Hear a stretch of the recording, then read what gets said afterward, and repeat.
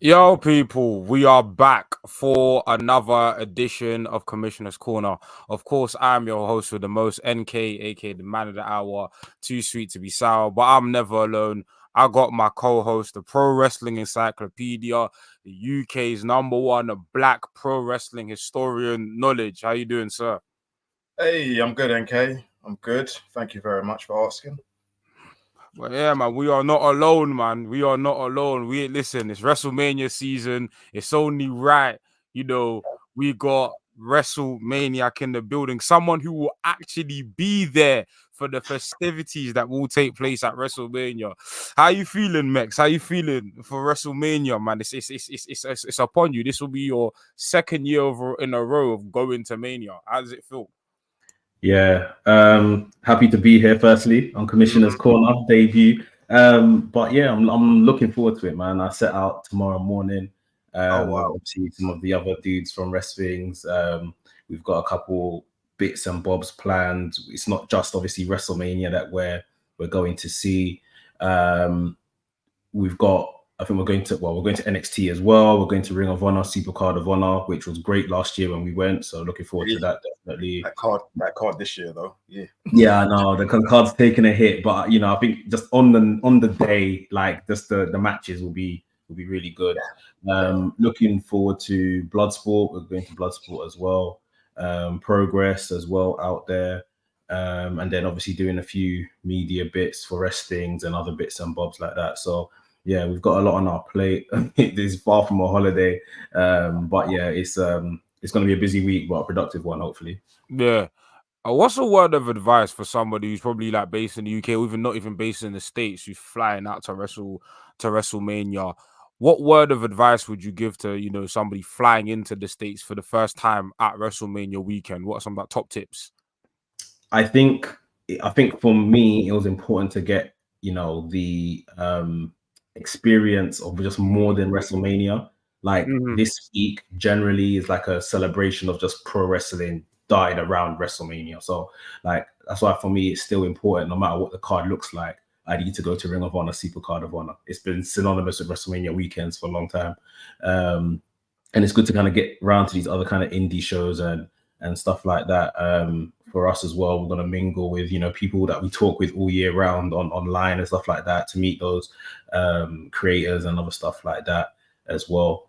And then luckily, obviously, Philly has a lot of, roots in wrestling and stuff like that. So, there's like vintage stores we're going to go and see, arenas and things of that nature. So, yeah, just try to kind of really enjoy it, like make your plans sort of thing day by day of what you're going to do. We're going to try to pop to New York as well because it's not too far. I think we saw a train that's like 1 hour to New York. So we're going to try to pop over there for at least a day. But yeah, we're literally just planning it day by day, looking forward to us. Even today, we're still getting invited to media stuff that we're just trying to see where we can fit in our day. So it's just all about planning, knowing what's on, and yeah, getting to as much stuff. We're probably going to be very tired and exhausted of wrestling come the end of this week, but it'll be worth it. Yeah. So Max, if I wasn't going to WrestleMania, which I'm not, and I wanted to experience WrestleMania, will you be documenting this on your social media? Yes, we shall. So Okay. the vlogs that we did last year that were a big hit when we went to LA, they'll be back. So they will be all on the Wrestlings channel, day by day vlogs of what's going on, what we're attending, and things like that. And of course, just keep up to date with Wrestling with all the socials and stuff like that. Everything will be on the Twitter or the Instagram and all of them places. Lovely. I will be there. Will you be going live like you did last year? We plan to go live. Obviously, we're going to do the E tomorrow. Literally, once we get off the plane and get into our apartment, we're going to do the E show. And then the podcast will be on Wednesday. And we're planning to go live, for that as well. So, yeah, a couple of live things as well. And to be honest, we'll probably be sporadically just going live anyway. Because it's a lot more easier these days to just go live and stuff. Set up your phone somewhere and do it. So, yeah. For sure. And if you guys want to, you're based in the UK, but you want to watch WrestleMania with some of us, please head down to Loden Bar. Saturday and Sunday we are doing a watch party, WrestleMania watch party. So you will be able to watch WrestleMania with a group of us and other pro wrestling fans. So definitely check it out. The link will be in the bio if it's not already. But yeah, go to Loaded Bar if you want to watch WrestleMania with the Mandem. Before we get into our thoughts and feelings about WrestleMania and give a breakdown on the history of WrestleMania, let's talk about WrestleMania 40. Currently, right now, I have some numbers in front of us. These numbers were collected a few days ago, so there might have been more tickets sold. But WrestleMania, as this current point in time, is yet to be a sellout. But 59,322 tickets have been distributed for night one, with 2,919 unsold. And then there's about 2,000 tickets on the secondary market. For night two, WWE have distributed 61,000 tickets, with 1,159 tickets still unsold and about 2,000 tickets on the secondary market. Each night of WrestleMania is set up for 62,000 people. So I expect WrestleMania, by the time of WrestleMania coming, will sell out the allotted seats available. Knowledge, I'm going to ask you the title question of the show. Is this WrestleMania the biggest WrestleMania in WWE history? Financially, yeah. I just want to say, actually, before I go any further, I've actually had it confirmed that they've hit 60,000 on one. I think the number I got earlier on was 60,128. Okay. They've hit that. On the resale market, the average ticket price is $148 on night one, and it's $189 on night two.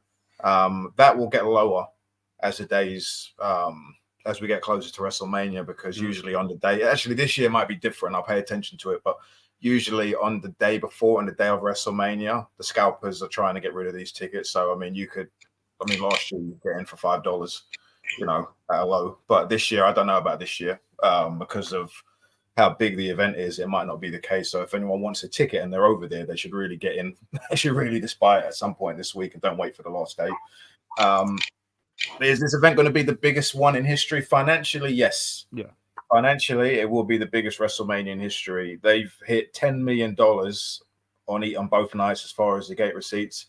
I don't know about the sponsorships and stuff yet. We won't know about that until later on.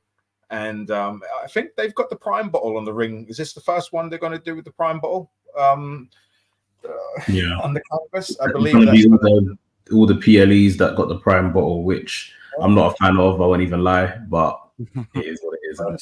I tell you what, Vince McMahon, for years and years and years, he was always against advertising on the canvas. There's one thing he always said he never wanted to do. And as soon as he left, he won't even, his bed's still warm. That is interesting, though. That is interesting because advertising on the canvas is something you see like in mixed martial arts. You see that in boxing, not so much, but you see it sometimes in boxing. But I know in mixed martial arts, you see a lot of brands in the middle of the canvas. Why was Vince so against marketing on the canvas? And Mex, why don't you like the Prime bottle in the? I'll ask the second question first. Why are you against the Prime bottle on the canvas? For me, it's just purely aesthetic. Like, obviously, I think maybe it's more so early days of AEW. They had a lot of like the ring sponsors and stuff, and I didn't mind it. Like, you just get on with the wrestling, But this is like literally a giant blue, white, and red bottle in the middle of the ring. Like, even if they just done like Prime in black, I think it would be fine. But aesthetically, it's just that's why I just don't like it. Yeah, I've had a few people say that if it was just the words Prime, I think a lot of people would be fine with it. But the fact that it's going to be a colourful bottle, in saying that, I don't know what it looks like. For all I know, I might tune in next week and I'll think, oh, this looks lovely. This looks adorable. I don't know, whatever. But like right now, I don't know the thought of it. I don't know. We'll see. But why did Vince not want the advertisements? Vince McMahon was totally against anything other than the actual attention being focused on what was going on in the ring, whether it be wrestling or talking. He wanted the main focus to be on that. He also, from what I understand, he's never said this publicly, but I've always been under the impression the reason why he never wanted advertisements because in the future, when that footage is being replayed, those advertisements are still going to be there. So think of all the brands that were hot 20 years ago, whether it be, I don't know, Rockaware or Pelly. I don't know. I'm not saying that they would, but G-Unit clothing as an example. Imagine if they purchased like fucking G-Unit clothing ring or whatever, and it was a massive G-Unit logo on the ring. What would that even look like? And do you know what I mean? Like, Yeah, so yeah, it was yeah. very, It dates the content. Yeah. Yeah, he was very aware of all of that stuff, and I don't disagree with him. However, when I do watch boxing and I watch MMA and I see random old advertisements, I don't really think anything of it. It's just how it is. It's what it was at the time. But I get what he was saying. But yeah, we won't know about how much money they've made until after during the next quarterly report. But I mean, as far as merch goes, there's 120,000 people going to be in that building. They usually do about $18 a head for WrestleMania. This one, they'll probably do more. It wouldn't surprise me if they hit $25 or $26 a head. You think about all that, it's going to be a monster, this show. I mean, as far as is it the biggest ever culturally, I think it's going to be the biggest one for a long time. I think this WrestleMania, because of The Rock being on it, and I mean, he's been on. God, he's on Fallon. He's on Fallon tonight, or is he on Fallon tomorrow? I believe. Let me have a look. He's on this week. Him and Roman. He's on Raw tonight, so he's on Raw tonight. So he's not going to be on Fallon tonight. I believe it's tomorrow. And then he was on Fallon a couple of weeks ago as well. So he has really brought attention to this WrestleMania. Is it the April 3rd? April 3rd. So that would be Wednesday. Yeah. Yeah. Okay. So that would be Wednesday. Okay. So him and Roman Reigns are on Jimmy Fallon on Wednesday, which should be very interesting because I hope Jimmy Fallon actually speaks to Roman Reigns. You're sitting next to The Rock, and why would you want to speak to anyone else but him? So I hope that they have a discussion beforehand and like, please ask this guy questions or whatever. I remember when Hulk Hogan was on Jay Leno, and I should say, let me rephrase that. Dennis Rodman was on Jay Leno, and Hulk Hogan was with him. And this is Hulk Hogan. Remember, you got to think about it. This is 1998. Hulk Hogan is still super hot. Jay Leno had no interest in speaking to Hulk Hogan. He was just directing all of his questions at Dennis Rodman. So I hope it's not that kind of affair. But yeah, culturally, it's going to be a big deal. Is it the biggest one in history? Apparently, I wasn't there for it, but people say the biggest one culturally in terms of pop culture was the first one. And from what I've seen, I don't know if this one hits that as far as what I've researched and everything else and what people that are around were saying at that time. WrestleMania 1 was a juggernaut at the time. And we'll have to see because we've still got a week left. And this is when the promotion goes into overdrive. And, this is when you're going to start seeing the wrestlers all over the place and Philadelphia, all the social media from Philadelphia. So it's going to be a massive event anyway. And WrestleMania is always an exciting time, even for people that don't watch the show.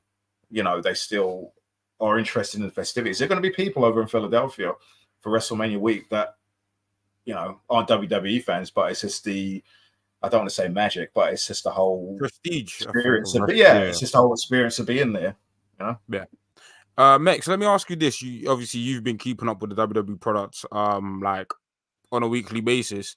To harken off what Knowledge said about Roman Reigns and The Rock, going into WrestleMania, obviously last year's WrestleMania was kind of build around the bloodline, built around Roman. We had the Usos main event night 1, and then obviously Roman and Cody night 2.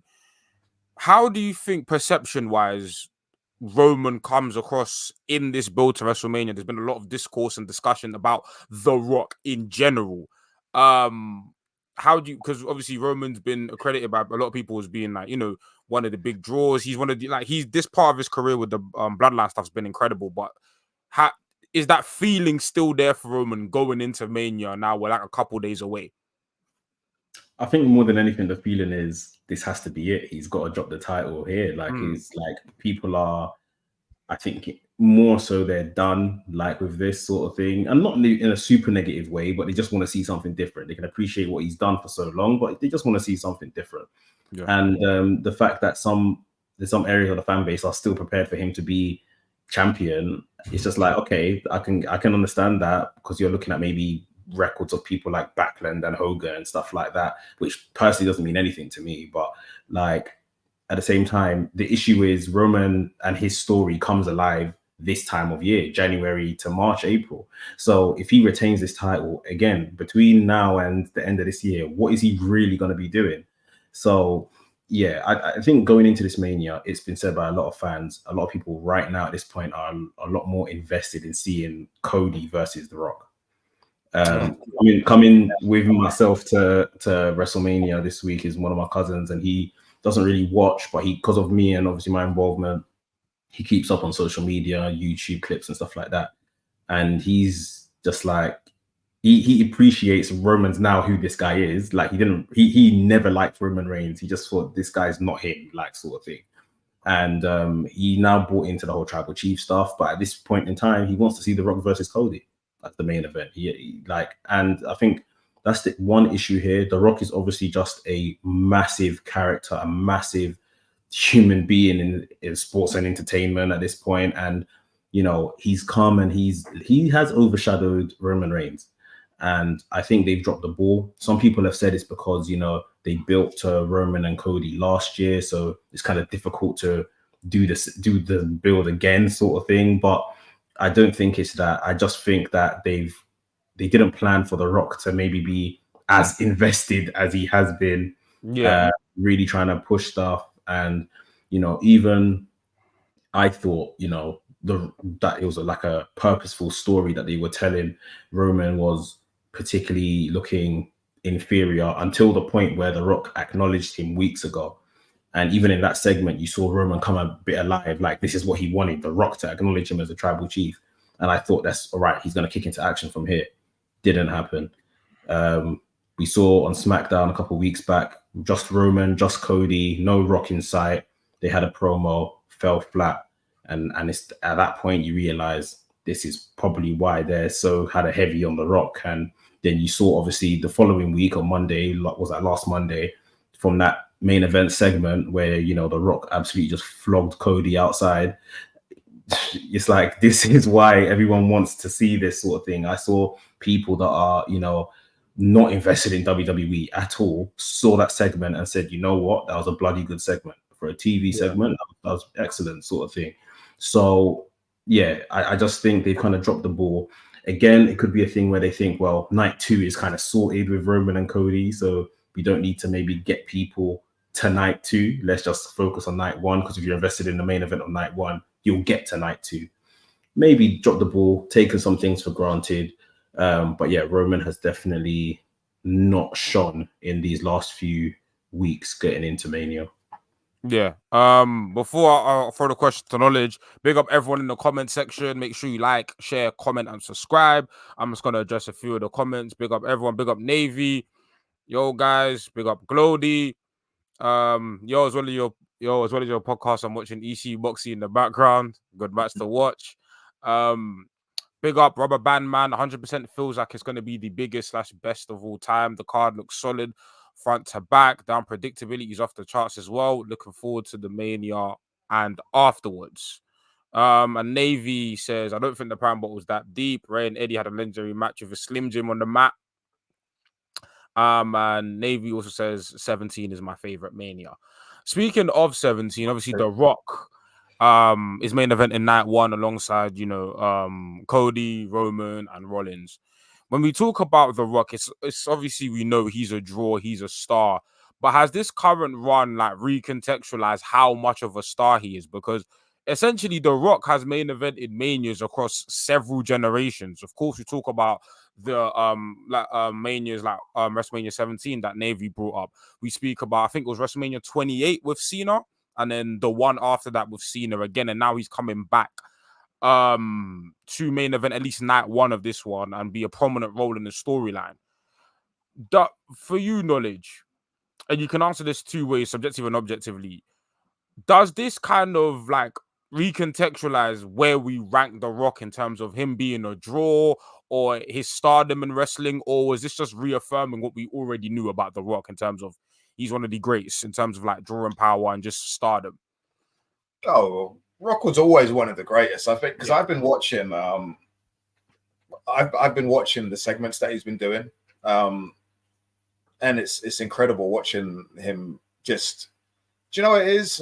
I think The Rock was always a star. he was always a big deal. But I think when you go back to that period, because Austin was there, you also had Hogan on the other channel and Randy Savage and all these people at the same time. I mean, you knew he was a star, and you knew he was special and stuff. But I mean, I think now he's all these years later, he's come out and he's just so much. You know, you talk about it. You know, he always had it, but especially nowadays. And I don't know whether it's the fact that he's standing next to people that aren't in his league, or the fact that he's gone away and come back and learned all the new tools of his current trade, and he's come back. But either way, I mean, the guy is just. I've had people telling me that he's the greatest of all time. You know, he's better than Hogan, he's better than Austin, he's better than Flair, and they weren't saying that before. And so this run that he's on here is. You know, he's come back and he's shown. He's come back and he's just stolen the spotlight from the industry's top guy. And I mean, you spoke about Roman earlier on. I mean, I've watched Roman Reigns for years. I've always thought he was a good wrestler. I think he's a good wrestler. I think he's a bit lazy over the last couple of years, a bit complacent.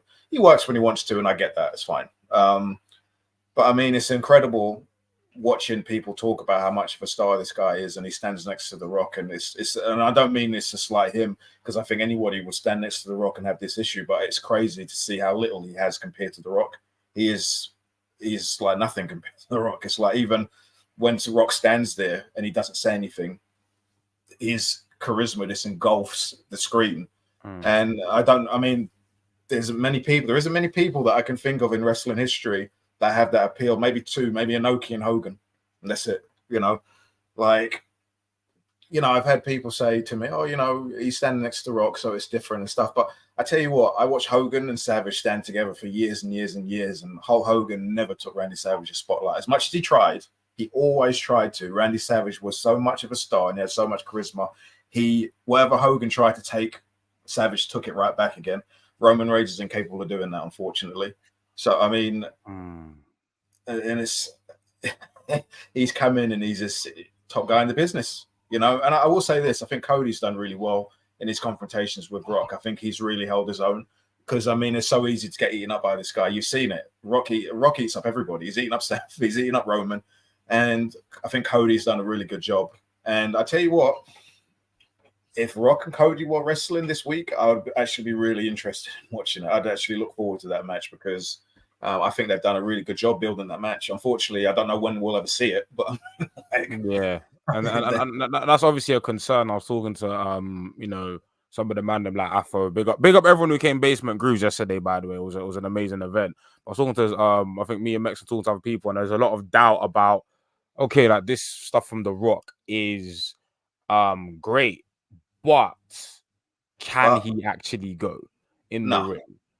Does he have the facilities? I would doubt it. Mex, what are your thoughts about, you know, obviously we haven't seen much of Rock in ring at all. We haven't seen anything. Do you have any doubts about Rock's in ring ability? Obviously, he's getting up there in age. And do you think that will even matter, or do you think just the aura of The Rock and the storyline will be able to, you know, cover up whatever deficiencies he may have in ring? There's definitely going to be a lot of aura attacks. By the time he gets, you know, I don't know if it'd be like a hot tag situation or whatever, but I mean, the part of the reason that it's a tag match probably says a lot in terms of where he is and if he's able to kind of carry a match on his own. Answer probably being no at this current time. So they've really kind of masked it immediately straight out the gate with a tag match. Then, you know, he'll probably come in. He's a heel. He doesn't have to do anything fast speed. He can move slowly. He can take his time. He can beat up the baby faces of Cody and Rollins. Listen, as a kid, I used to think The Rock was amazing. Like, I used to think it was flying around the ring. I thought he was cold. Like, by the time you're an adult now, you're seeing what the bar is of what some of these people are doing. Like, yeah, his work is probably not going to stand up with, you know, what is available today. But the character, the aura, the bells and whistles are going to completely kind of hide all of that, I think. I don't think he's going to do too much. We may even see him, assuming obviously him and Roman win on night one and they get the Bloodline rules match on night two, we may actually see him doing more physicality kind of stuff in that situation.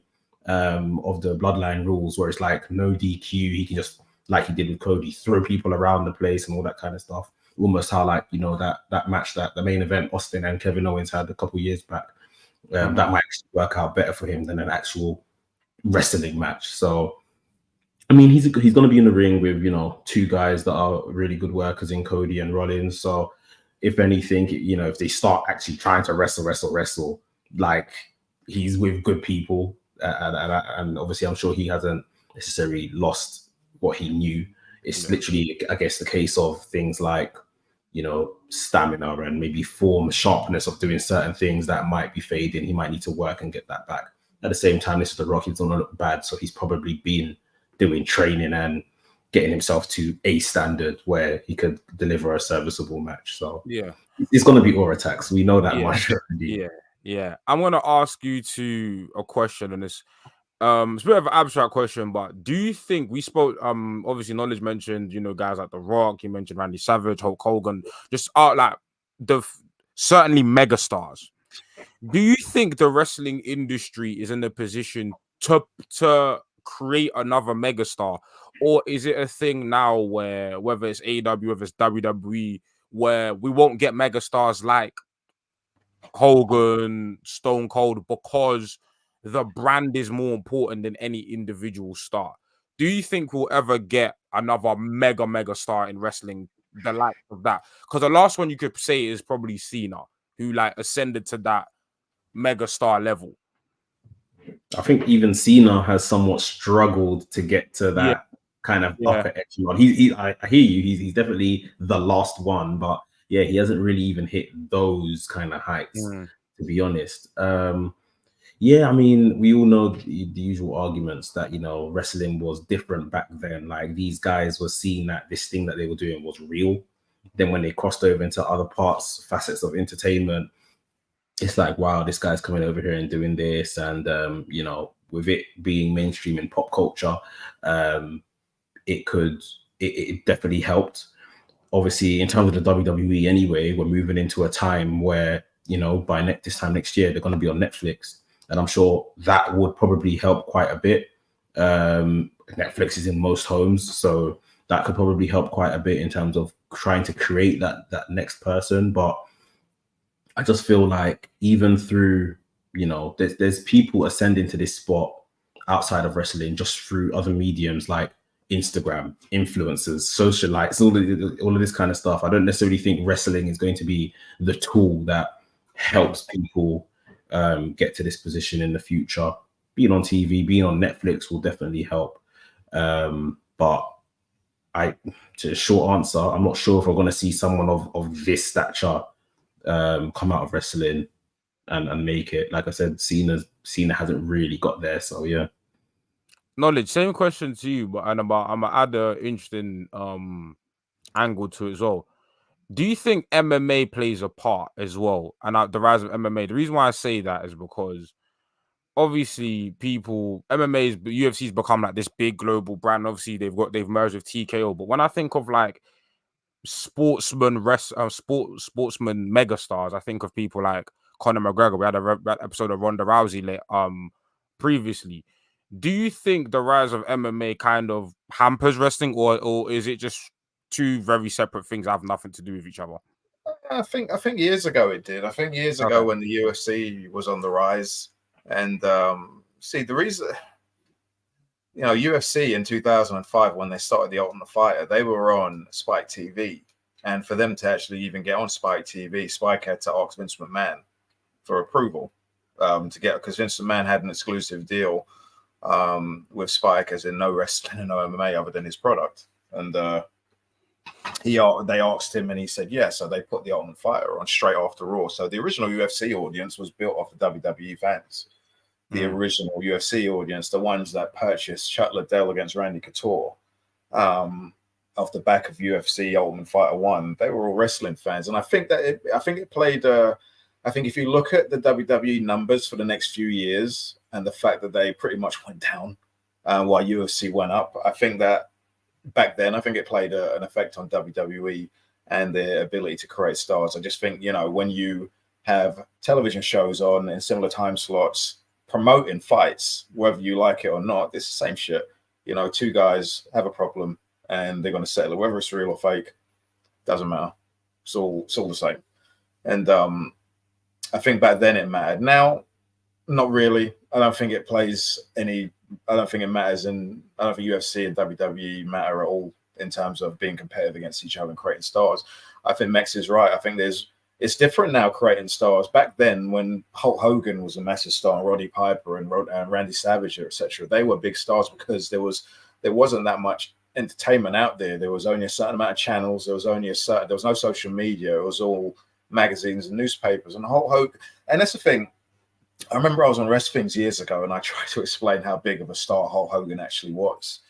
And it's really hard for people that weren't there to actually understand how famous Hulk Hogan actually was, because the term celebrity has been so bastardized over the last decade with social media celebrities and reality TV star celebrities. The fact that this guy was such a big star, I don't think people can actually comprehend how famous he actually was.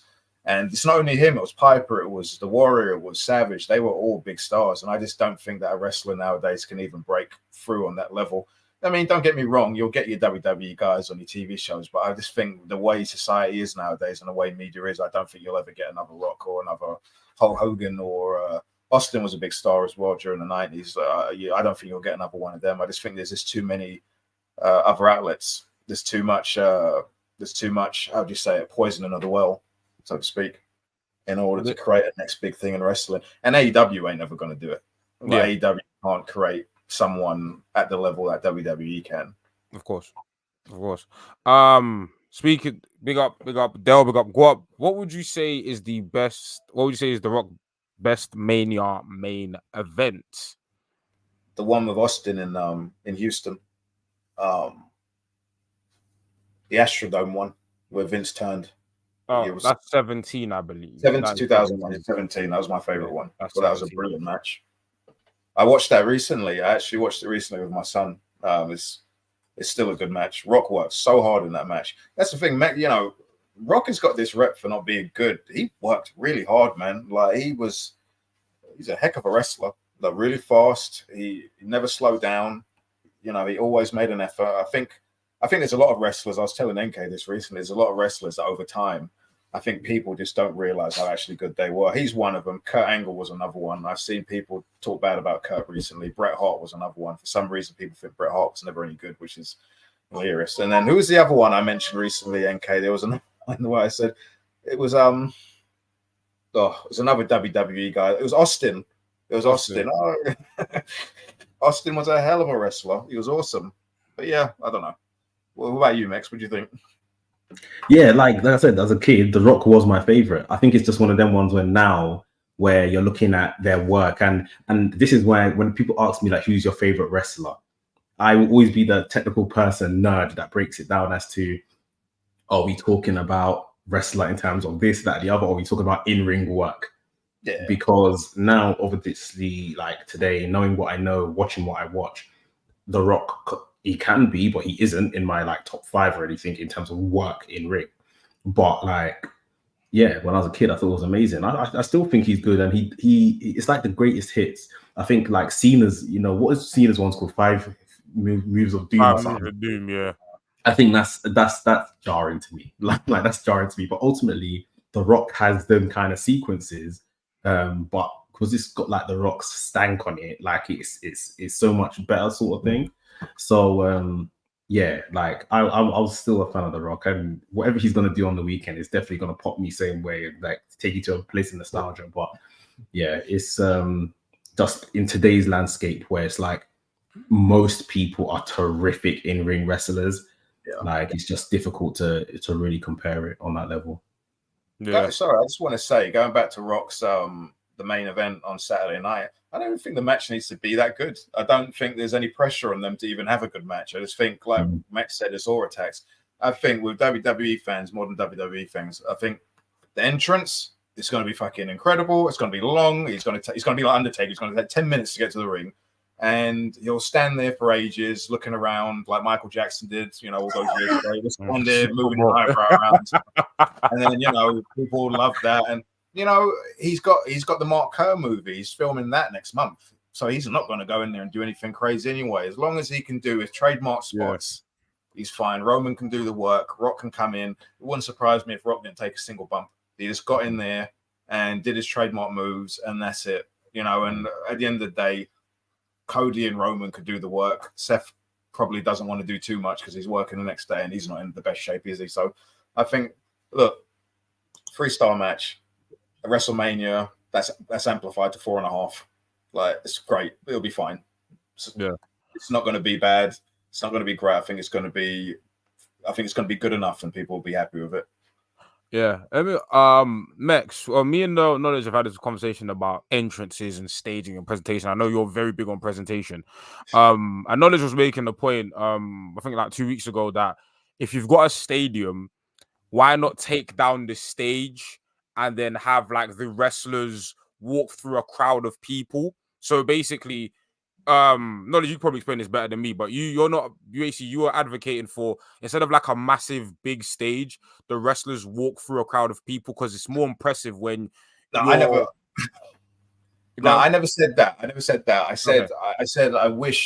I said, you know, I mean, if you look at the stadium that they're in, it sits 90,000 people in this stadium. They've only put 62,000 tickets on sale because they need to set the stage up. And if you made a smaller stage, you know, you'd be able to fit a lot more people in the building. And I just think the more people in the building, I think even if you get a smaller stage and you put money in it, it's still going to look really impressive anyway. Yeah. So as far as people walking through the crowd, I mean, I remember the Von Erichs did it, but I mean, everyone shouldn't do that because then it's not special. But I mean, Kerry Von Erich walking through, or Moxley. I watched Moxley on Friday night in Arena Mexico, and he come out and he looked like the biggest star in the world coming out through those fans. But that's because he does it by himself. If Claudio came through and was doing that, and Matt Sydal walked through, or whatever, it would not have the same appeal. But I do kind of wish that they cut the stages down. I think that during the Monday Night War, I think the presentation of pro wrestling went into supernova. I think Eric Bischoff, you know, when he did Nitro and he had that massive stage of Nitro, and then WWE had to compete and they made their stage even bigger. And then as time's gone on, those WrestleMania and those SummerSlams, the stages have got even bigger and bigger and bigger. And I slightly wish that they were a bit smaller. Just some more people get in the building. I just think the atmosphere with more people, I just think it's tremendous. And maybe they could take their finger off the button to make the noise. There's no need for it. The fans make noise anyway. But yeah, that's my thought. Yeah, I would definitely like sacrifice making the stage smaller if we can get more people inside to pack out the place. Like for like 100%. But I think it's one of them ones where, like you said, Knowledge, I think it's where, you know, TV wrestling, pro wrestling has gone to at this point. It is the spectacle. It's, you know, big ramps. It's the thing. Like the minute, you remember early AEW, they had the, you know, every pay-per-view had its own set. And the minute they kind of scaled that back and weren't doing it so as much, people were complaining, oh, I missed this, I missed that about it. I remember people weren't too happy that All In London, like the stage was very just basic sort of thing. It wasn't like anything grandiose or where I think people were expecting. I mean, I hope so. I hope so. But yeah, I think it's one of them ones where it's like, for me personally, that's the allure of WrestleMania. I probably wouldn't want people walking through the crowd when it comes to WrestleMania. Like if it's any other thing, or just like we said, individual people and that was their entrance and it worked for them, then that's cool, sort of thing. Like it was brilliant for the Shield walking through the crowd, sort of thing. Yeah. So I don't think you could maybe do one shoe fits all for this, but for WrestleMania, I think it should at least be very grandiose for that event. Dell just put a comment in talking about he thinks the stage could be smaller. I remember years ago, Batista came out. It was the one in Detroit at Silverdome. And he comes out and he walks from one end. He walks to the left of the stage and he's looking at the fans on that side of the building. And he took bloody ages to walk across to the other side. And I mean, he wasn't slowly walking. He was walking at a good pace. But it took him ages to walk to the other side of that stage. And I was like, how big is that bloody stage for him to take that long to walk from one side to the other? And that was years ago. And you know it's bigger now than it was. It was the Trump show. So that was 2007. So Detroit 2000. That's only 20 years ago. Jesus. I watched back WrestleMania from last year, 39, a couple of days ago. And the same thing, Kevin Owens comes out, obviously down the middle. He walks over to the left-hand side first. and he was walking for ages before he got to this little podium on the left. Then he done the same to walk back to do it to the right. The same with Rey Mysterio as that's part of his entrance. And I was just thinking, yeah, this is long. Before they walk down that whole big aisle, like I think this is so long. Yeah. But yeah, speaking of WrestleMania, speaking of historic WrestleManias, we're gonna get into the history of WrestleMania. Knowledge, the origins, WrestleMania, where did it all start? Like, talk about like the origins of WrestleMania, where the name came from.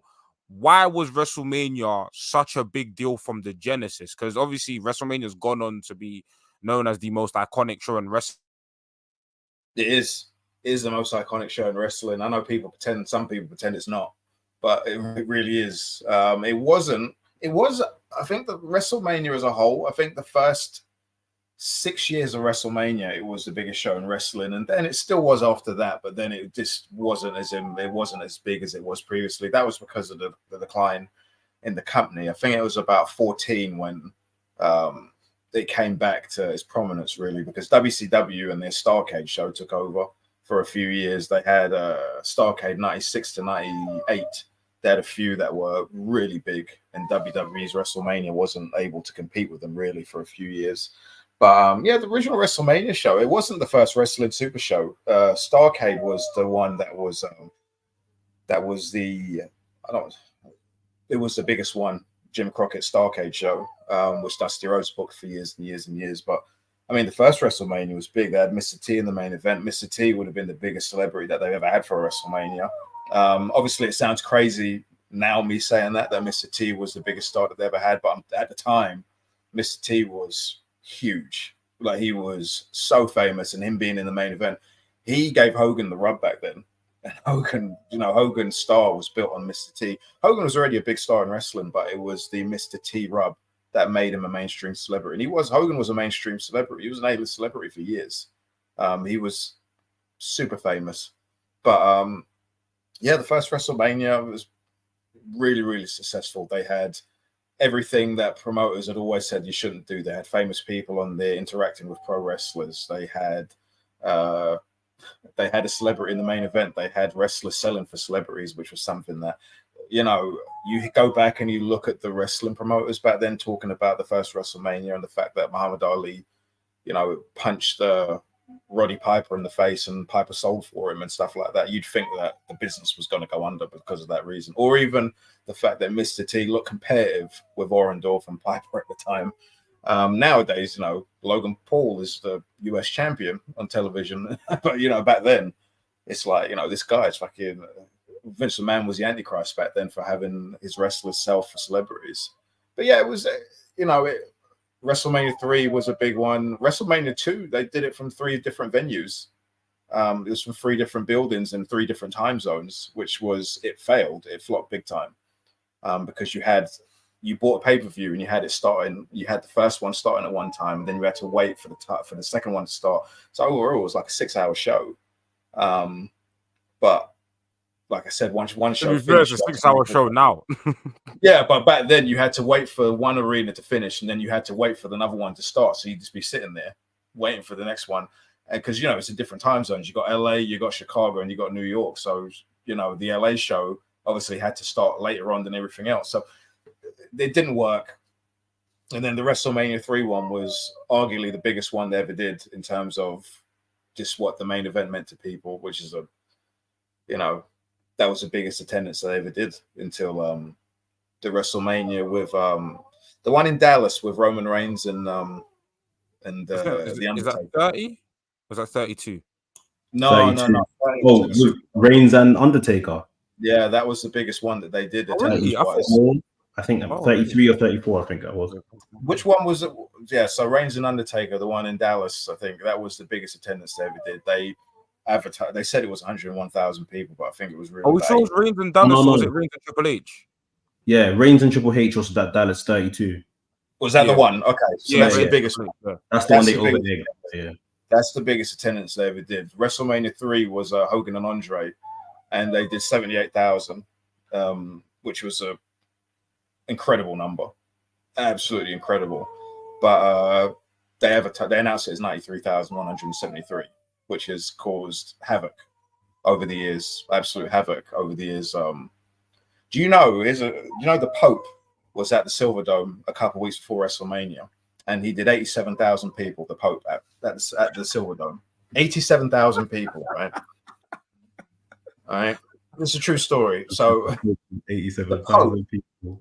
So the Pope was at the Silver Dome and he did 87,000 people, all right, in the Silver Dome to come. It was free, obviously. The Pope's not going to charge people tickets to come in and meet him or hear him speak. So anyway, so after that WrestleMania, the guy who promoted the show, Zane Breslov, and Vince McMahon, and Basil DeVito, they said that they needed to get a number that will never be beaten. So they actually announced a number way bigger than could even get into the building.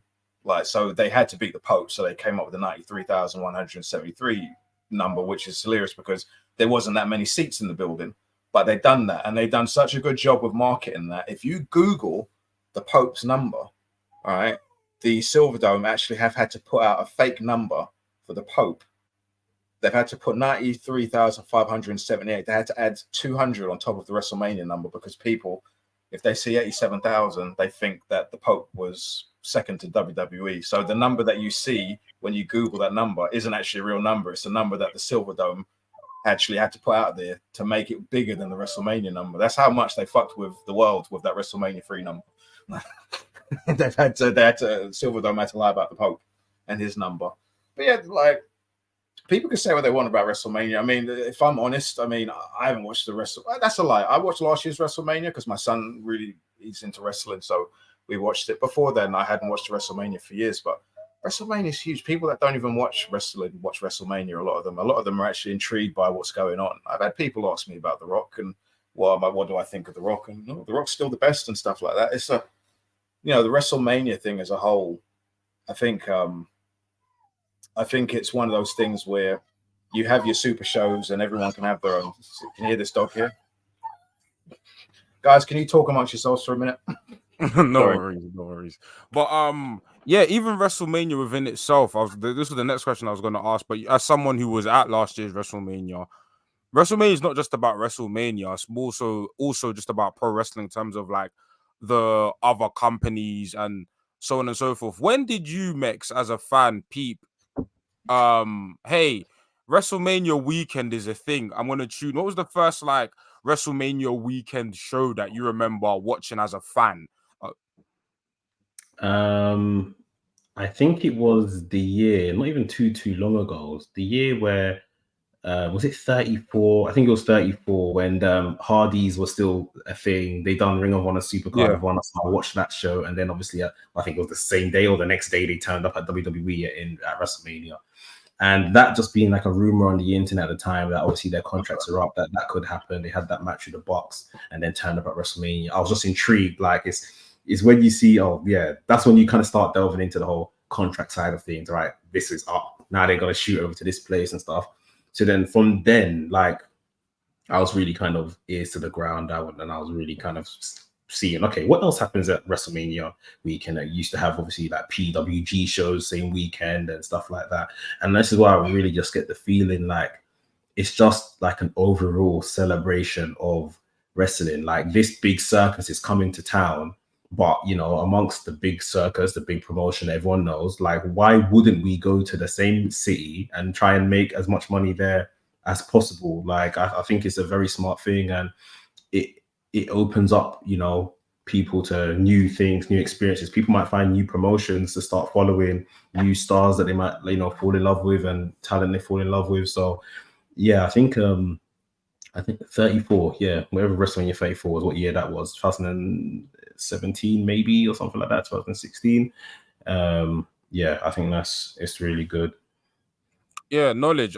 Same question to you, but also I wanted to ask, when do you recall WrestleMania weekend becoming a common practice? Because as you said, when WrestleMania first launched, Vince was kind of seen as not as a pariah, but you mentioned that obviously the idea of having certain wrestlers' job to not take bumps for celebrities or something that was not well received. We saw the rivalry between WrestleMania and Starrcade at times. But when did booking shows around WrestleMania become a very prominent thing amongst independent promotions and other wrestling promotions? 2006, Ring of Honor booked a show on the Saturday before WrestleMania in Chicago, which was what was the main event of 2006's WrestleMania? It was the one with Vince and Shawn in the street fight. It was that one. Yeah, so Ring of Honor did a show on the Saturday before a Supercard of Honor show, and that was the first one that I can think of. That was the first show. It was only that one show. There was nothing else around that WrestleMania weekend except for that one show, barring if you take away the WWE stuff that they did, like the Hall of Fame and the Fan Fest that they did. The Fan Fest obviously started years ago. The first Fan Fest was actually at the Trump Casino at WrestleMania 4 because the high rollers, they wanted to meet the wrestlers. They wanted their kids to meet the wrestlers. So that's when they put on the first Fan Fest. It was exclusively for the high-end paying ticket customers at the Trump Casino and Plaza. But as far as other promotions piggybacking off of WrestleMania, actually WrestleMania 4 went head-to-head with the first Clash of Champions with Sting and Flair in the main event. That went 45 minutes. That was head-to-head with WrestleMania 4 on pay-per-view, and that hurt WrestleMania 4 big time on pay-per-view because obviously Clash was free. And people didn't have to pay the $25 to watch the Clash, so they hurt them. And then the second year, they had WrestleMania 5 with Hogan and Savage, and the show that went head-to-head with that one was the hour Steamboat and Flair match from the Superdome. That went head-to-head with WrestleMania 5. But it didn't hurt. It did not hurt. If anything, it hurt Clash because that Savage and Hogan feud, that main event of WrestleMania 5 was so big. It was the biggest pay-per-view at that point in pay-per-view history, and that includes boxing as well.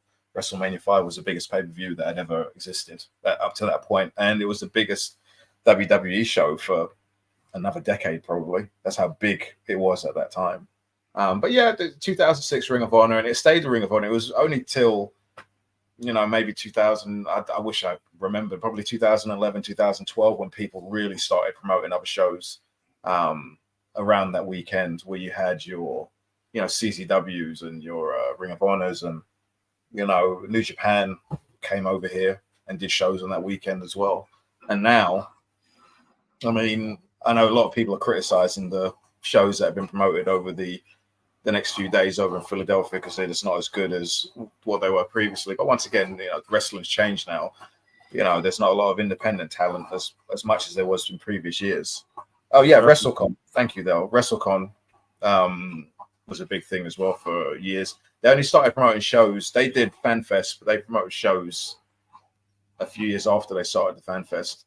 But yeah, the whole thing now, it's a great opportunity for wrestlers to earn a lot of money over that weekend in terms of taking multiple bookings. They can sell their gimmicks at the table. Some wrestlers, I mean, God, do you remember Will Ospreay a few years ago? I think he worked like 6 times over like a 3-day period. And Mike Bailey last year, how much matches did Mike Bailey wrestle? Yeah, Mike Bailey had a lot. He had so many. Many. Vikingo worked like 5 times in 3 days last year as well. And then he was booked for the Ring of Honor pay-per-view as well. So it's a great opportunity for guys to make money. And also, like I saw Dell in the comments earlier on talk about exposure. It's great for fans to go to these shows and for a certain guy to steal, just to get all that attention on themselves. It's absolutely fantastic. Mike Bailey had 10, 3 and 1. There you go, 10. There you go. I knew it was a lot. That is insane. But yeah, just WrestleMania as a whole. It's the biggest show in town for wrestling, and has been for decades. What are some of your just personal favorite WrestleMania moments? Like just in general, like for me, I always think of like that TLC match at WrestleMania 17, which Navy brought up, where it was just like, I think as a kid, just seeing that spot of like Edge, Spear, Jeff Hardy off of the top of the ladder for me was just like chef's kiss. That is WrestleMania for me. But I remember even a personal one that my mom was like kind of into wrestling, so on and so forth. I'm going back to not just point about Hulk Hogan. She would talk about Hulk and Giant all the time. Like that match for her, like she said, even back in Congo, like that match just went off around the house. Like, and her and the reason why she liked John Cena later on, because she was watching wrestling because I was watching wrestling. She was like, oh yeah, he's the Hulk Hogan type person. Like her, everything when it comes to wrestling is Hulk Hogan onwards. So I think Hulk Hogan, despite my personal gripes with him, he was still like a name in my household that still like rang through. So yeah, Bro, my granddad in Jamaica, bro, Hulk Hogan. every Monday he'd watch Nitro. This Hulk Hogan, like without fail. That's all he talk about. You knew I liked wrestling. It's Hulk Hogan. That's all he cared about was Hulk Hogan. If he was alive, so Hulk Hogan was saying all those bad things about niggas, my granddad would have been heartbroken. Absolutely heartbroken if he saw what Hulk Hogan was saying about niggas. Like, oh my goodness. Yeah. Max, some of your favorite WrestleMania moments. The TLC match, the infamous TLC match. Yeah, it's one of my early memories. Rock versus Hogan, like just again, I'm a spectacle merchant, and for me that was just absolutely crazy in terms of these two guys up against each other. Kurt Angle versus Brock Lesnar. I felt at the time, as far as my learning of wrestling had gone, like ability to kind of follow a story. I really enjoyed what they done and how it culminated there. What else? End of an Era is one of my favorite matches. The Undertaker and Triple H Hell in a Cell. And then obviously the two back-to-back Shawn and Taker matches, 25 and 26. Are really good as well. Oh, here's an interesting question. Obviously, Money in the Bank happened last year, and obviously John Cena was cutting, quite a cryptic promo that fans interpreted as him alluding to WrestleMania going off states, and a lot of people started fantasy booking, hey, maybe let's get a WrestleMania in the UK. Now, logistically speaking, I know a WrestleMania outside of the states is probably highly unlikely to improbable due to, their core audience is still in the States. And if they were to do a show, let's say in the UK or in Australia, time zones would be different. But do you ever see a point in time, and this is to both of you, where WrestleMania could potentially be located outside of the States? Because WWE did do SummerSlam in the UK, and that still gets heralded as like one of the like biggest attended shows that they've done. Do you foresee a WrestleMania being showcased outside of the United States, or even in a different state in the States, like Mexico, Puerto Rico, who knows? I think more so now, like than maybe literally a couple years ago, we could see it. Like Nick Khan and this kind of vision he has to like take WWE around the world and stuff like that, I think could definitely bring it to life. And probably the whole Netflix situation can probably help to bring that to life as well. Yeah, I think it's just maybe if the right, a lot of these shows they're doing is down to the tourism board paying X amount and all of this kind of stuff. If the right bread came up, like, why wouldn't you, sort of thing? They say obviously time zones, this, that, and the other. At the end of the day, people are going to watch WrestleMania. People are going to tune in. People are still going to travel to a different country and go and be there, sort of thing. So much so, even more so, than if it's out of the States, I think, because you get a holiday out of it as well. So, yeah, I definitely think it's pending. Let's put it that way. It all comes down to the site fee, and if whoever pays the site fee, they'll get the WrestleMania show. That's it. At the end of the day, that's all that matters to them. I don't think London will ever get one. At least for the time being, London, I don't think will get one because London won't pay the site fee. They don't need the tourism like other places do. They've established that. I mean, WWE will do pay-per-views in the UK, but they won't be the ones that they sell. There'll be your Money in the Banks and your Roadblock, End of the Lines, whatever they're called these days. It's like they'll have those ones here because they can, they'll get the O2 Arena for those. But as far as the big ones, if Cardiff paid the site fee, I don't remember how. I think it's 3.5 million to do that show in Cardiff. London weren't interested, you know. So whoever pays a site fee, they will go. As far as time zones, they're not selling the pay-per-views anymore. So it doesn't. Time zones don't really matter to them. Everything's on the network, so they don't care about time zones anymore. The shows are already bought and paid for, so it doesn't matter if they're in Australia or if they're in London or if they're in France or wherever. As long as they get their site fees, they couldn't care less at this stage. So do we? So and the site fee still apply to this? Do we know like what the site fee would have been for like a WrestleMania like this, like the upcoming WrestleMania? We'll find out. Okay. Okay, fine. Next report. No, that makes sense. So yeah. So the site. So London wasn't interested in doing site fee. So how come then AEW able to circumvent that with like All In, or was it just a thing where Tony Khan didn't care how much they paid for it and they booked the stadium? They booked Wembley Stadium, and you got a really good price on Wembley Stadium. Apparently, you got the whole thing for $400,000 for that day and the day before. Well, for a few days before to set everything up. So they got $400,000 on that. But yeah, he booked that. They didn't pay AEW to come over there. They don't do that stuff. This isn't the Olympics or anything like that. It's WrestleMania is big, but it's not like that. It's like, I don't know how much.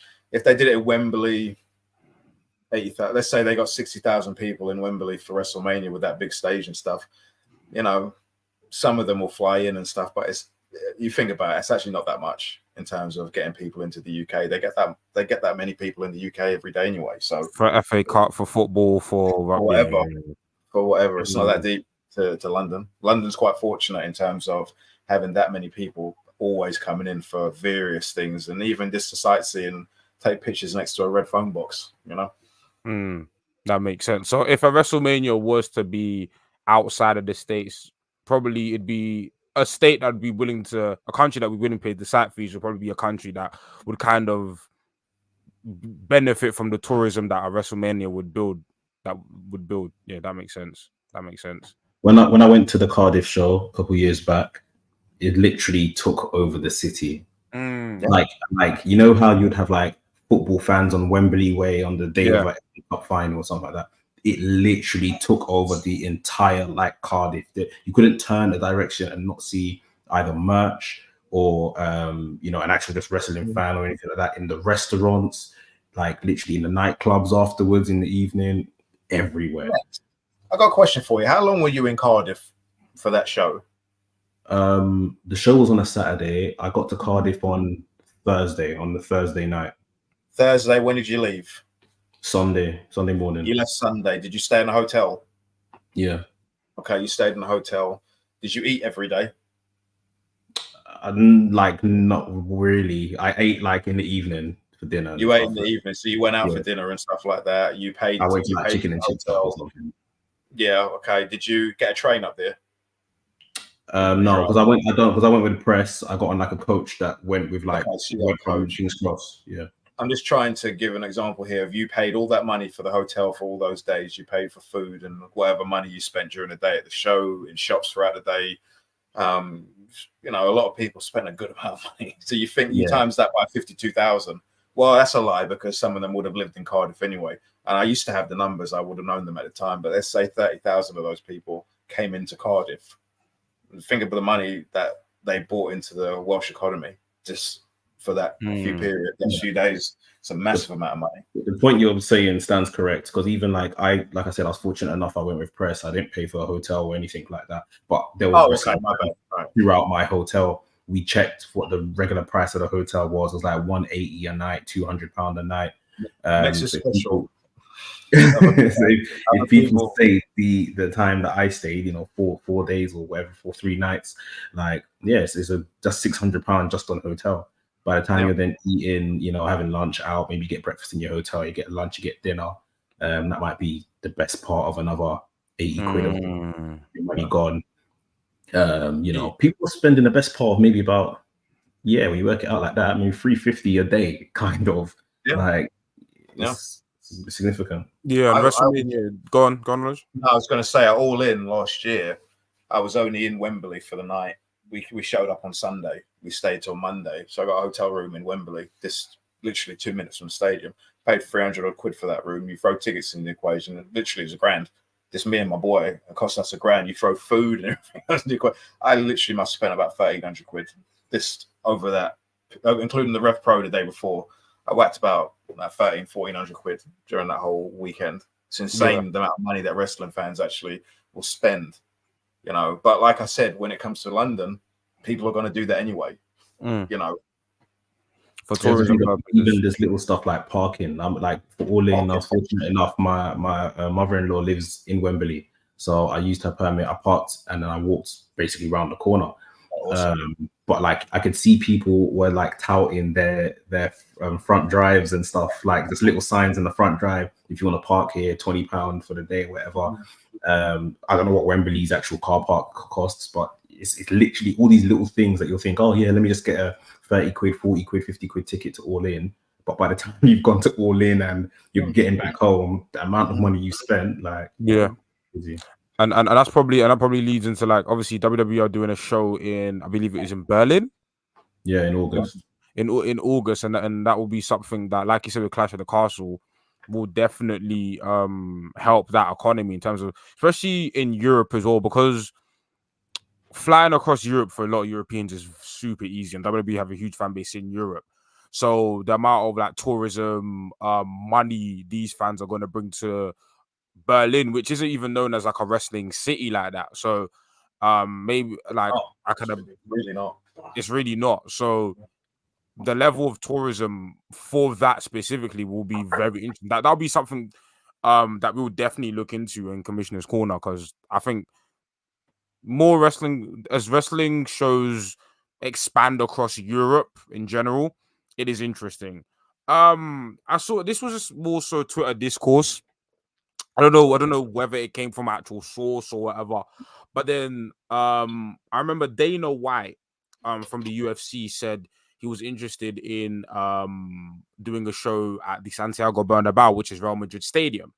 And then a lot of fans were like, why don't AEW, WWE do a show at one of these football stadiums? But again, maybe going back to Knowledge's point of Spanish economy, football's huge in Spain. Will they be willing to pay the site fee, or would it have to be like an all-in situation where Tony Khan, we know WWE don't operate like that, where Tony Khan would have to essentially purchase the Santiago Bernabeu for an extended period of time? Do you see like a wrestling show going to somewhere like Spain, where there's like a massive amount of football fans that will want to go to the Bernabeu for any sort of reason? I don't know if Spain in general, like Bernabeu, would be a good move. I think why London for AEW was a good move is because of the viewership that AEW have in the UK. I remember Nodge told me one time about, you know, how many people are watching Dynamite on a Friday night. That's what two nights after it's actually happened. It was still like peaking in and around 100,000 people are watching this. Whether they're it's still the most watched wrestling show in the UK, Dynamite. So it's like, why wouldn't you come here and do a show? You see what I mean? Sort of thing. I mean, I don't know if there's any proof behind those numbers in Spain. Spain has wrestling fans, and it's got, you know, really good kind of upcoming scene and stuff like that. But I just don't know if it makes sense if you've got graphics show it should be a good place to go to. Yeah, I wouldn't know. I mean, wrestling in Spain, I know there was pro wrestling in Spain, you know, 50, 60 years ago, but that was a long time ago. And, you know, the culture's moved on. And like I said, if WWE aren't going there unless they get paid. And I don't see Tony Khan wasting his time promoting something over there, because I just don't think it would work out. You know, you're going to book that stadium and get 20,000 people in there. Most of those people be British people flying in and French people. I don't see that being an option at all at this stage. But yeah. That does make sense. That makes sense. Big up on Arthur in the comments. Bernabeu's looking at SoFi right now. There are wrestling fans. There are wrestling fans in Spain. Yeah, I guess, but it is right. The UK, and plus the UK outside of AEW, the UK wrestling scene is notorious. Like, wrestling is a huge part of like the UK infrastructure, and UK has kind of been synonymous with wrestling. So it does make sense that, even aside from AEW's viewership in the UK, just doing wrestling shows in the UK makes sense. Where, like you guys have alluded to, Spain isn't known for having like a deep historical wrestling history. So that does make sense. But the idea of, and to reference back to UFC, the reason why Dana White was even considering doing the show in Spain is because one of their current champions, Topuria, is Spanish. So he was capitalizing off like one of his current stars and doing a show there. So I don't know, unless we get a Spanish mega star in wrestling that justifies, you know, going over there. Yeah, it's probably unlikely. But the Berlin one is interesting because, like I said, it's not traditionally a wrestling market, and WWE doing a show over there. I don't know. Do you see that having an effect on, let's say, the German wrestling business? Obviously, I don't know too many German wrestling companies, but you know how we spoke about WrestleMania weekend bringing, you know, a lot of independent companies to prominence because they're marketing around WrestleMania. Do you see WWE going to Berlin having the same effect for some of these smaller niche German promotions or even European promotions that will use that thing to capitalize? Because even with All In to a smaller extent, I think Rev Pro definitely benefited from All In. That Rev Pro show that we saw at Copperbox, I remember I was talking to a few fans from Germany. They were coming for All In, but then they said, "Oh, Rev Pro's here. We'll go." But obviously, I think AEW fans are more aware of Rev Pro than the average wrestling fan will be aware of like a German wrestling promotion. But what do you guys think about Berlin? I think they could. You definitely get a WXW, which is like the biggest promotion out there. Yeah, having a show that same weekend. Probably Progress are pretty hot on trying to do this and get out there. Like Progress are going to be in Philadelphia, so why wouldn't they be in Germany, which is basically around the corner? Would be good to see a Rev Pro, and there could be other ones that pop up and do something. So yeah, I think it's just. It's the timing of it all. Obviously, it's like WWE are there on Saturday. So it's just like, where are you going to fit these other shows earlier in the day on Saturday, Sunday? So yeah, it's a bit tight of a squeeze, but they'll try. It's a question for you, Max. You're scheduling over the next few days. Have you looked at this? Are you going to be able to finish these shows and get to the other shows? Have you are you going to miss anything? I mean, what are you looking forward to over the next few days? Even the WrestleMania card itself, because I'm looking at the card right now, and I mean, I'm curious your thoughts on this card. Are you looking forward to any of this? What are you gearing up for over the next few days? I think obviously for me, it's mainly the whole Rock appearance is the main thing. I want to be there. That card looks weak. I don't think I'm looking at that card, and work wise, I'm looking at the work here, and I'm like, what the fuck? This isn't doing it for me at all. I think work wise, it's not. You're not seeing anything that may be spectacular. I think if you're talking about what matches could steal the weekend, I think you're probably looking at a Gunther, Sami Zayn, and you're looking at a Rhea Ripley and Becky Lynch. Like to be like the best working matches of that entire weekend. Roman and Cody probably do a good job, but there will more than likely be a lot of overbooking in that. Drew and Seth could be good as well. I think that would be good. I watched the one they had in Saudi, and I thought that was a really good match. The match I was looking forward to the most was CM Punk and Drew McIntyre, but that's not happening. So I watched that segment on Monday, and I thought they were both brilliant. I thought Drew McIntyre was absolutely fantastic in that segment. I mean, he had his little monologue he had to recite where he stood there on the table, and as soon as he finished with that, he was like, "All right, I'm done with that bullshit," and we just went off. I thought that was an absolutely brilliant segment, and then when it finished, I was like, "Fuck, I'm not going to see that match on the weekend." It was a shame. And then Seth came out and stunk up the joint. It was just like, mate, what the fuck is going on here? You got two men talking or whatever, like really going back and forth. Really, even I'm enjoying this. And then this cunt comes out, fucking prancing around in bell-bottom trousers or whatever.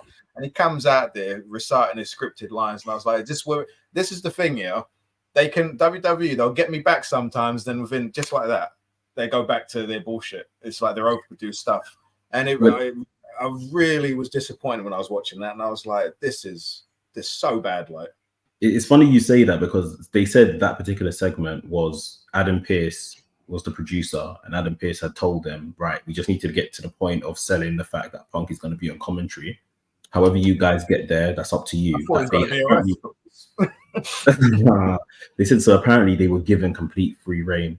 But then, if that is true, then it still shows that even when given free reign, the likes of McIntyre and Rollins that have been in the system still come across very, like, you know, robotic in maybe some of the stuff that they were saying.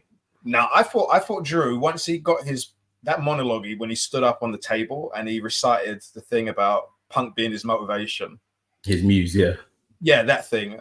I rolled my eyes a bit, but as soon as that finished and they were just going back and forth, I thought he was brilliant. I thought he was quick. I thought he bounced off Punk really well.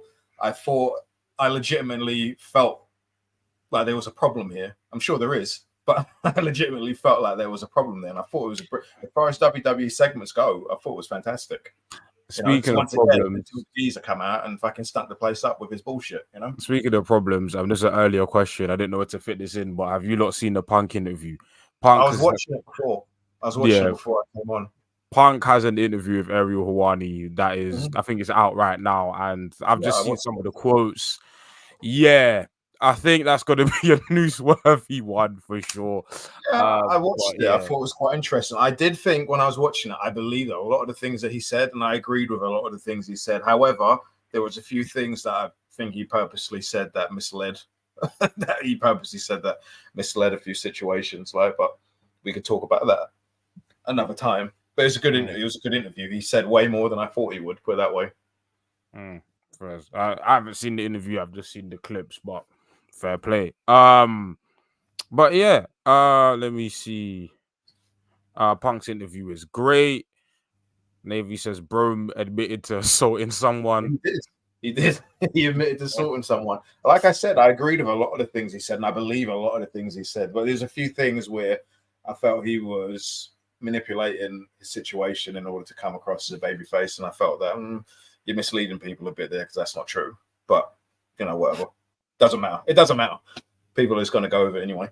Yeah, I think, you know, Punk is somebody, you know, whose voice commands a presence. So like whatever he's gonna say, I haven't seen exactly the specifics of what he said, but yeah, I think people obviously want to hear about the fallout of what happened. This does remind me of the Colt Cabana one though, in terms of just like the timing and everything about like, okay, like I'm not in this company no more, so let me let loose in it. But he's got NDA signed, so I don't think he can say that much, you know. Yeah. He didn't say a lot about the incident in 2022, the brawl out situation. He spoke about what led up to that, but he didn't obviously go into detail about actually what happened. Although he did say something that I felt he was manipulating the situation, because he made a comment about, you know, people think that I walked down the halls and was just punching people. And I was like, no one thinks that. No one thinks that you did that, but you said that now so that people are going to go, yeah, that's bullshit. And it is bullshit, but no one ever said that. When did you ever hear anyone talking about CM Punk walking down the halls punching people? That never happened. But he put that into the ether so that could get into people's minds and be like, yeah, he'd never do that, and he wouldn't do that because it didn't happen. But he said that. But he's a very smart guy, CM Punk. He's a proper master manipulator, that guy. Anyway, I wanted to hear about Mix and his WrestleMania thing. What are you looking forward to, man? I want to hear. What are you going to? WrestleMania, definitely. I'm looking forward to. I'm looking forward to Ring of Honor, Supercard of Honor. I think there's a couple matches on that I'm invested in seeing the outcome, and I think that would be my Shida and Athena. I think that's going to be a great match. Queen He's got some crazy shit this week, by the way. Tony Khan is going to have to. He's going to fill that card up with absolutely insanity. It's like he did last year. So I expect that card to be brilliant. I just don't know what's going to be on it, as none of us do.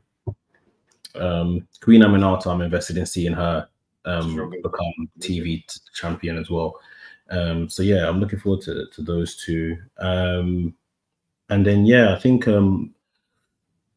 there's what else is going on? NXT. I'm going to NXT as well, which I think for me, I was probably one of the people that stuck by NXT when it went into the dark days of NXT 2.0. And to see it kind of come out of that, they've got, it's not so, you know, dorky like it was, sort of thing. And there's a lot of kind of good talents on the cusp of now getting onto the main roster. I want to see stuff. Seeing the Dragunov match as well live. I can't wait for that.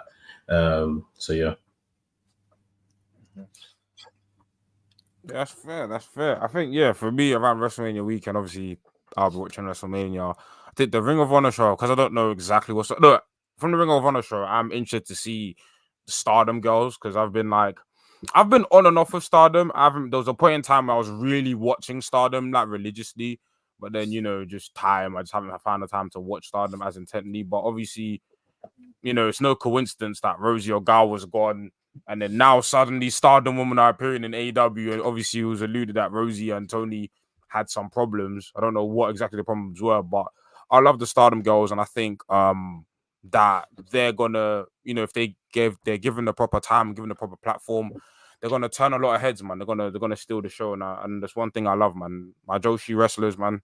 I advocate for them highly, man. I just found out today there's a Stardom show on Thursday. What do you say, sorry? Sorry, you going to that? To the start, I literally just found out today there's a Stardom show on Thursday, so okay.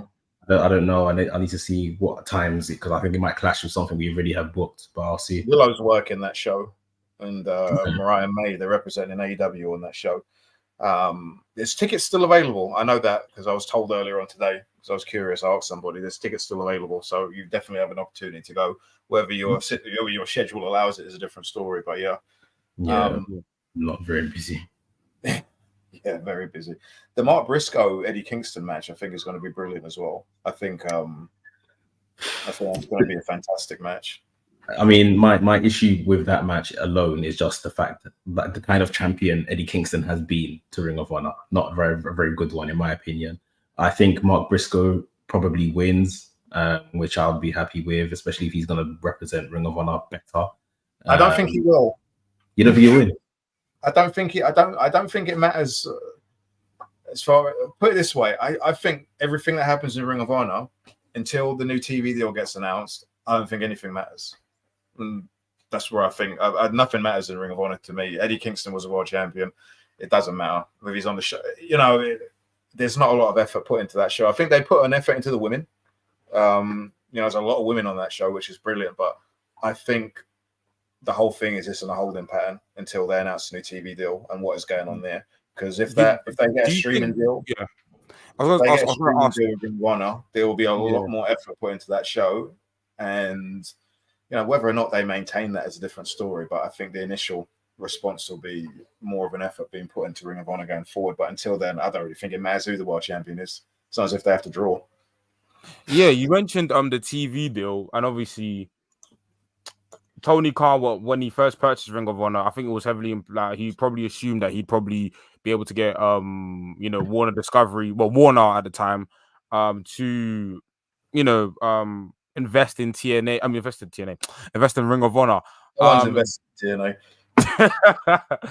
But do you see that changing now? Has there been any inclination or anything that you've heard that suggests that maybe with this new TV deal that Tony's negotiating, that Ring of Honor will be a part of the package? Because at least from the outside looking in, I see AEW getting boosted and getting money, but I don't see really how Ring of Honor fits into Warner Discovery's vision or Warner Discovery's plans.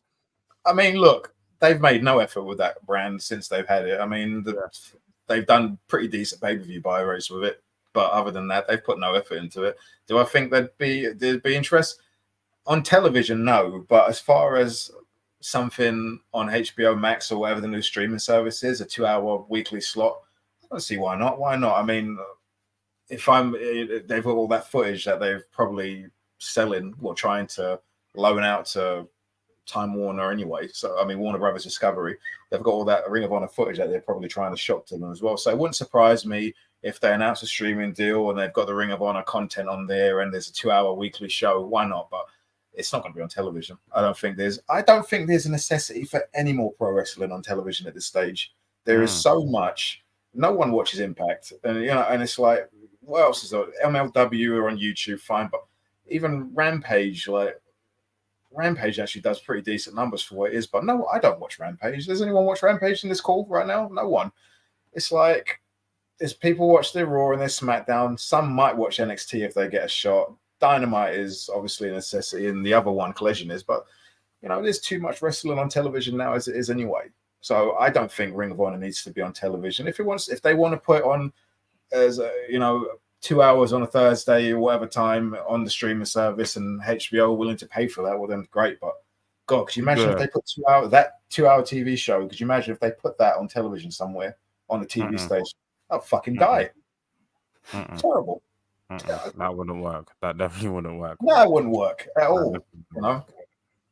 But I think streaming is the way forward. But we take the old NXT approach, where NXT was just a show on the network that people watch, that the super hardcores liked, and then just treat it that way.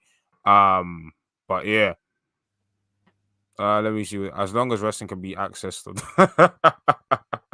that is funny. But yeah, man. I think that's it when it comes to the comment sections. And that. So, Mex, I think you said your most anticipated match on the WrestleMania card and least anticipated match on the WrestleMania card before we head out. My most anticipated is the main event of night 2. Reigns versus Cody.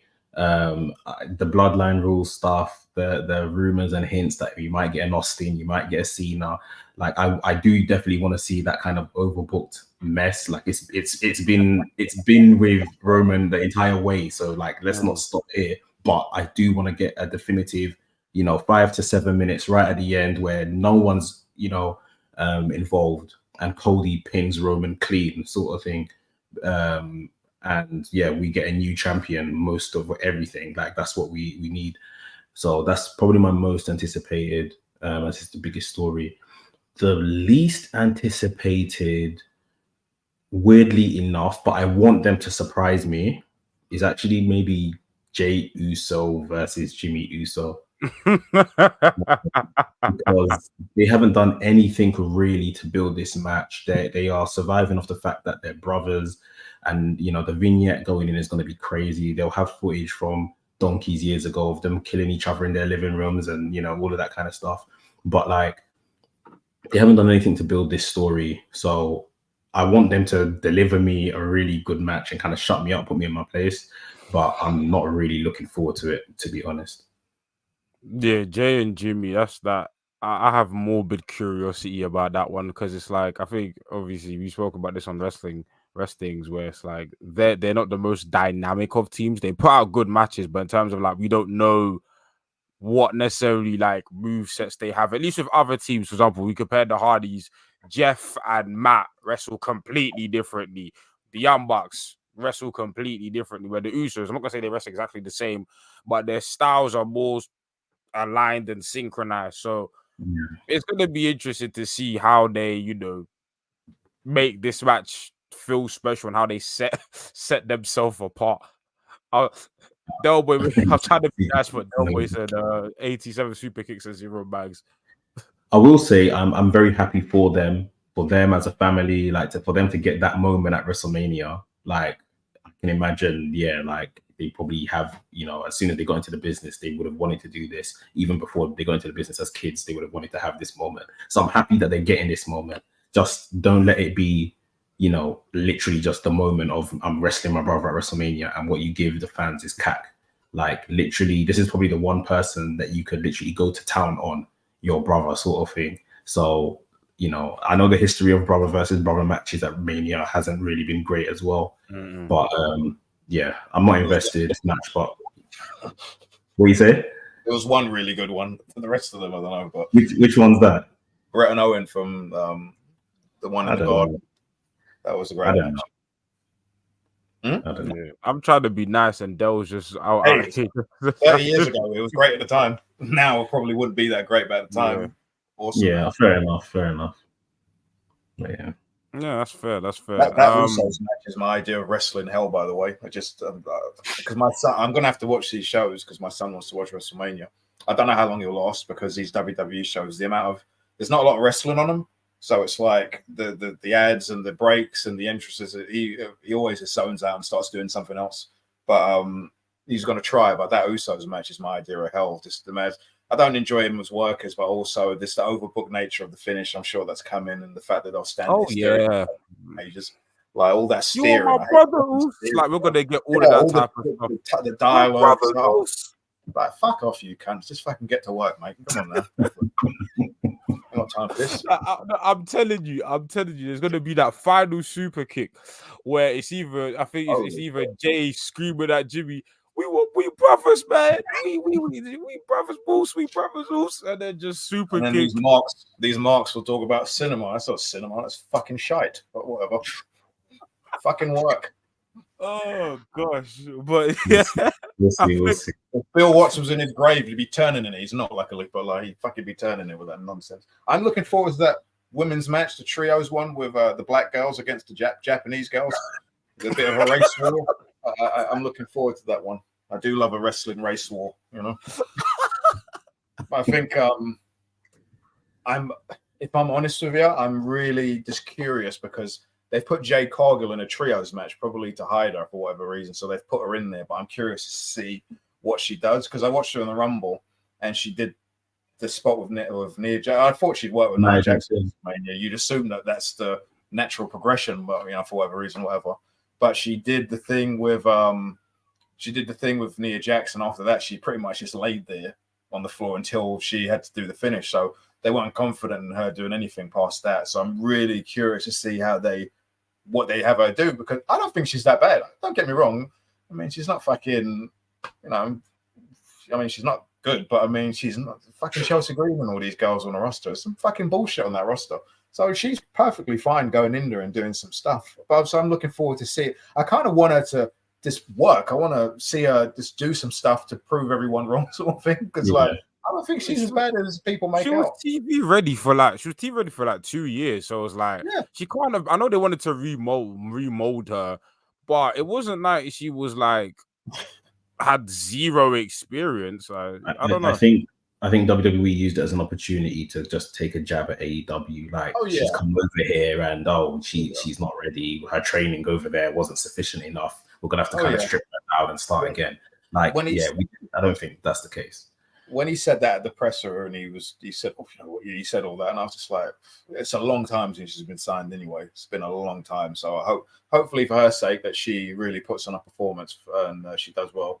Because I'd like her to do well. Because, like I said, I don't think she's that bad at all. Like I said, I mean, she's bad. I mean, she's not great, but she's all right. There's nothing wrong with her, really. You know, just get on with it. Yeah, fairs.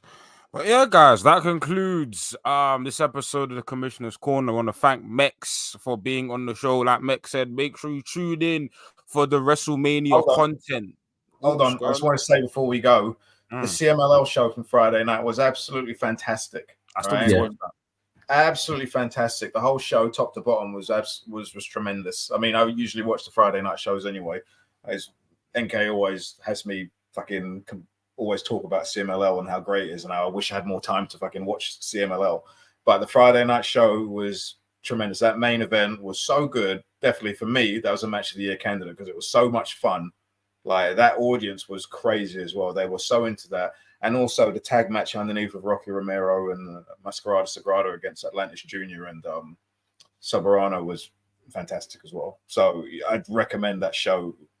Yeah. Top to bottom, definitely a fantastic show to check out. And Bryan Danielson is working Blue Panther on Friday as well. So that's another, you can't go to that, Mex. But like if you could, if you could make it to Mexico City, that would be tremendous if you could.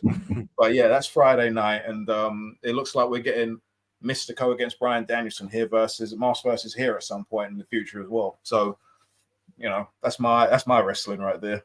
Yeah, nah. See, and I've seen a lot of people who have watched the shows.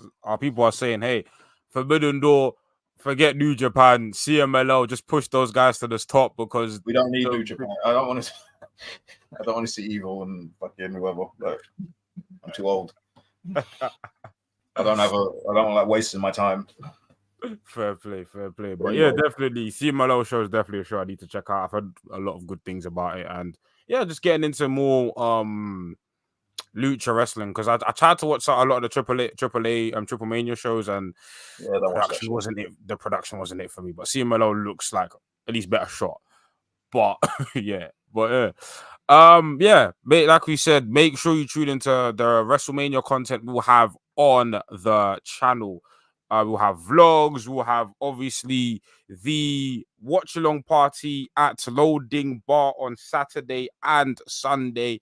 Make sure you're there. You know what I'm saying? If you want to experience WrestleMania with the Mandem, make sure you're there at Loading Bar Saturday and Sunday. And of course, like, share, comment. Will you be there, NK? Yes, I will be there.